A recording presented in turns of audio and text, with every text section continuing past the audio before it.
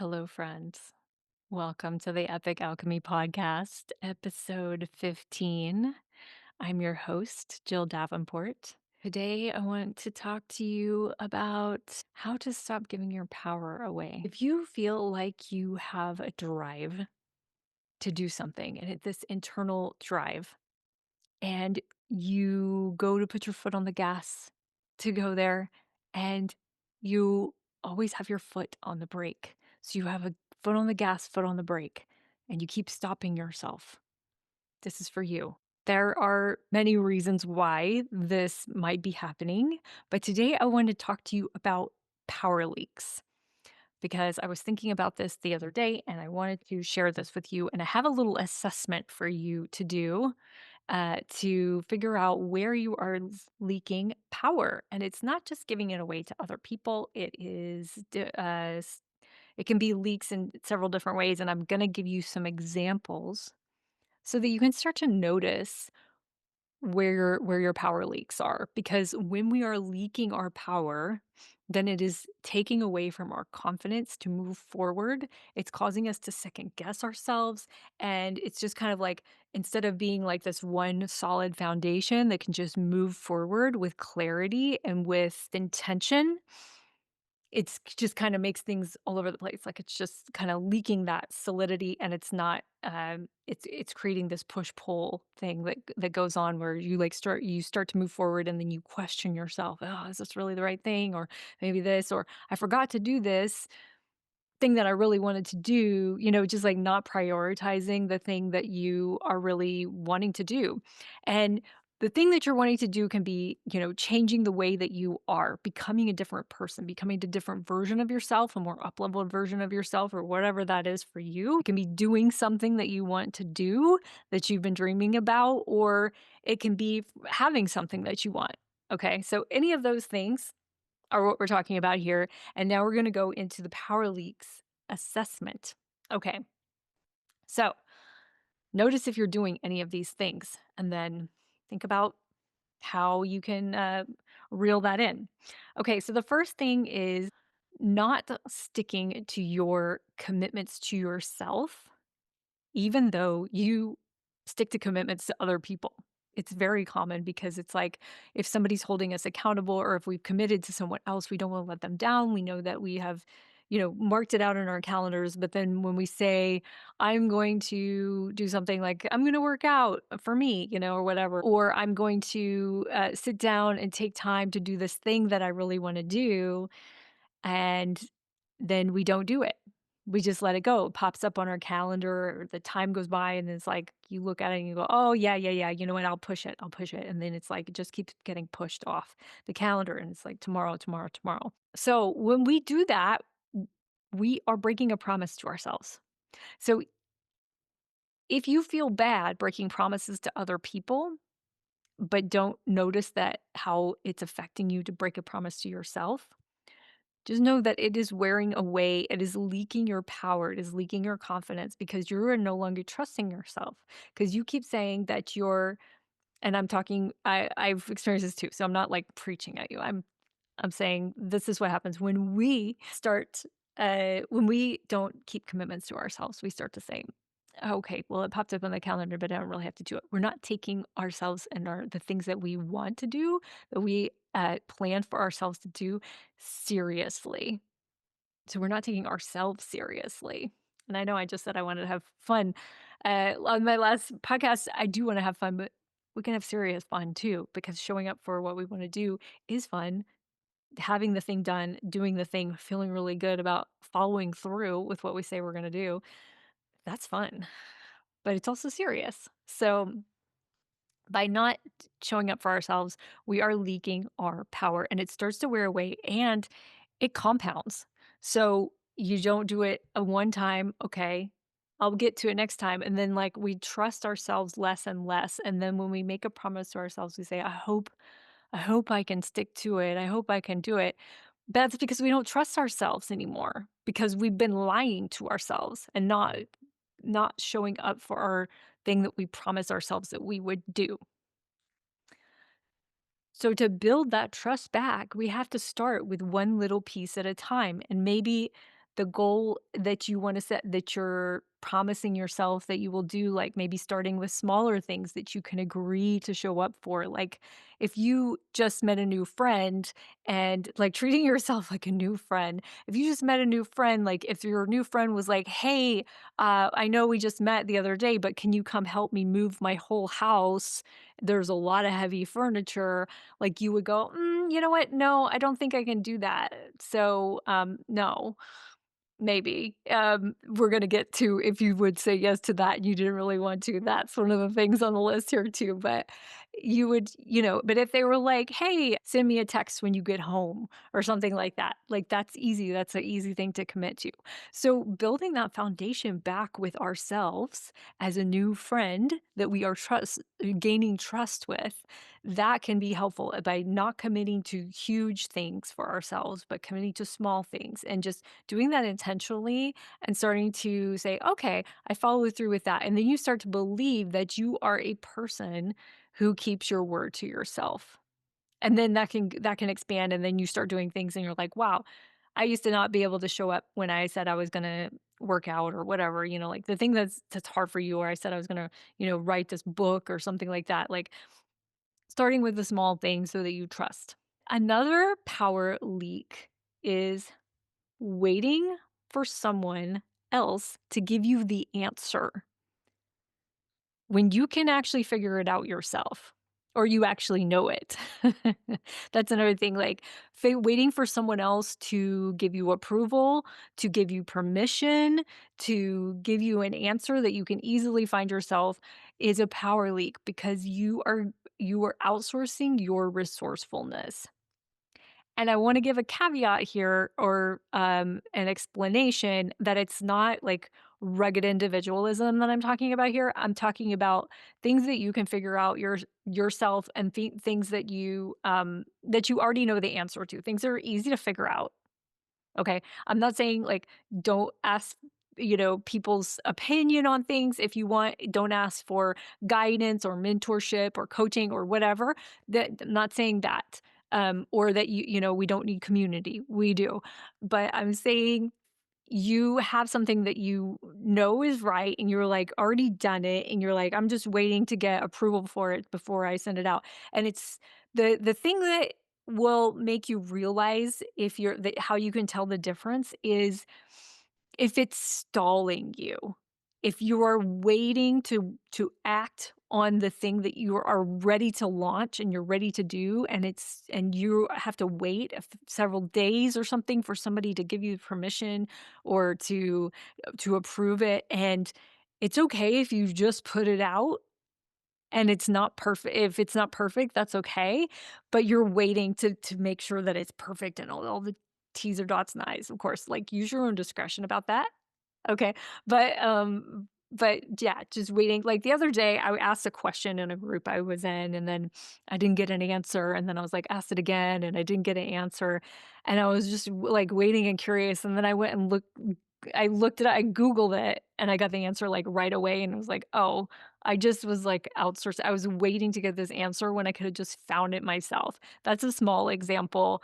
But of course, I think you get the gist of like the other things that are really can hold you back, like, "Oh, I don't know if I should do this," and you've already but if you sit with it and you feel, "Yes, this is a full yes in my body, and this is what I really wanna do," and most people's opinions are opinions, so somebody can say yes, somebody can say no, somebody say, "That's great," somebody say, do it a little different," right? So there's a whole, gamut of things that people can say and opinions that they can have, and if you're waiting for one of these people's opinions, and you already have it done, then that is a power leak because you have the answer within you and you can move forward on that. So if it is stalling you, bring your power back. You know, you get it, and you can just put it out there and you can still be afraid that it's going to be wrong or that it's not going to be perfect, but you are taking ownership and you are being resourceful and putting it out there and just going for it. Okay. Now, the third power leak is not directly asking for what you want. So that can be lot of that can be a lot of things, right? Like, that can be whether it's, like, you wanna go eat somewhere and you don't wanna stay, right? Like, there's the whole, like, whatever things that people say about, like, people that say, "Where you wanna go eat?" "I don't know, you pick," like that. So, but they really know where they wanna go. So, stuff like that, or asking for, an opportunity, or asking for a raise, or asking for whatever it is, for somebody's help with something, or asking for, um yeah, just requesting and falling back and waiting for someone to come to you, or to notice that you need something. That is a power leak because you are not being an advocate for what you want, or you're being vague about it, or you're just like hoping that somebody will understand that what you need with, like, be a mind reader. If you just take agency, take ownership of what you want and ask for it, you never know. Turns out most of the time, if you ask for what you want, you might end up getting it. You'd be surprised because how many times have you not asked for what you wanted when you really wanted something? And then it just kind of like, "Oh, I missed the opportunity, I missed the chance." And, if they turned you down, then you'd be in the same place. You might feel because like you got rejected or whatever, but you can process through that. The risk and the reward is higher. You really want something. And then you start to ask for more things that you want. And then you start to get more things that you want. Here's another one. Saying yes when your gut says no. Ugh. Yeah. So many times when we have the logic, like, oh, maybe it's just this is just this way or whatever. But like that inner knowing of like, oh no, I should run. And there's a difference between the gut yes and no, and then there's the head yes and no. Like sometimes something's scary to us, but it's like not really, it's not dangerous. It's like scary, like like I say no to being on camera, or I say no to making a social media post, or to getting on stage or whatever. Like, it's like, "Oh, I'm scared, I'm nervous, I'm anxious." But it's not a full gut no. You might have butterflies in your stomach, so sometimes it's kind of hard to tell, but if you have the inclination to wanna do something, then it's usually a yes, right? So, and being on stage, being on camera, being on like, being visible, usually if it's a no, then it would be something regarding, like, the place that it is, and don't get tripped up with your head, right? 'Cause, your head will make stories about that if you want to avoid things. So it's like finding that balance between the avoidance tendencies and the actual gut knows. But what I'm saying is, like, when somebody asks you to do something, or when you are about to work with someone or something like that, and your gut is like, "No," but you say yes, or you say yes and it's, like, people pleasing, or it's, because you don't wanna say no and you don't wanna be uncomfortable with the actual, like, telling them no and their reaction, or if it's, like, an inconvenience to say no, like, you're like, "Oh, if I say no, I have to find somebody else," or whatever, like, you're hiring somebody to do something or whatever, and it's like, "Oh gosh, and if I say no, but maybe I can just work with this," right? Like, compromising with your gut no and making it a yes. Okay, that is a power leak. And when you start to say no and trust your gut, then it will become a lot more clearer, uh and it always turns out better if you check your gut and say if it says no, then you're like, "Nope." And it's like this maybe doesn't make sense, or maybe I have to find out something else, but your gut knows. So, trust it. Okay, this is the last one.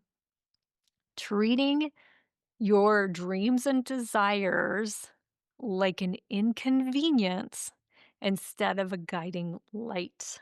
If you have something that you want to do that you're dreaming about and you keep saying, "Oh, I'll get to it," or "I'll wait," or "Oh yeah, I really want to do that, but," and then you start in like immediately making reasons for why you can't do it because it's inconvenient to actually, like, start down that road, or to take a chance or to put yourself out there or to trust that it might be possible for you, then that is treating your dreams and desires like an inconvenience, and sometimes you treat it like a nagging I'm gonna say we, sometimes we treat it like a nagging inconvenience, like, "Oh, I really wanna do this thing, but I don't know, I don't know," and then when bonus, the I don't knows. The I don't knows that are just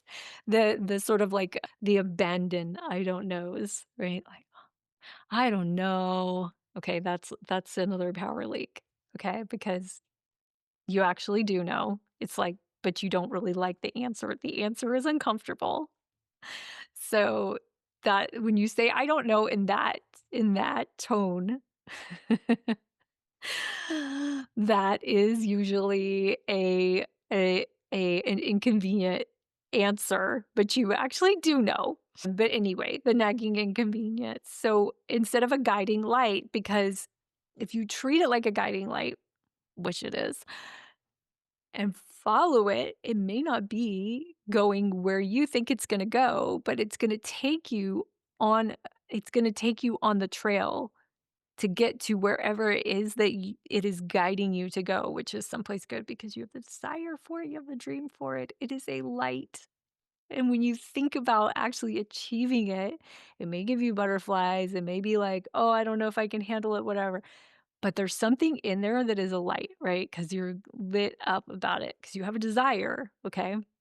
Change it to being just the thing that you follow and you don't know where it's going to go. You don't know where it's going to lead because sometimes you think it's going to go in a straight line, but it goes around the corner and then it takes you somewhere else that you had no idea because you can't see where it is that you're really gonna go from here because it's like, "Whoa, I didn't even think of that," and then it ends up being even more amazing than you thought. Every time you think that it's an inconvenience, that's a power leak.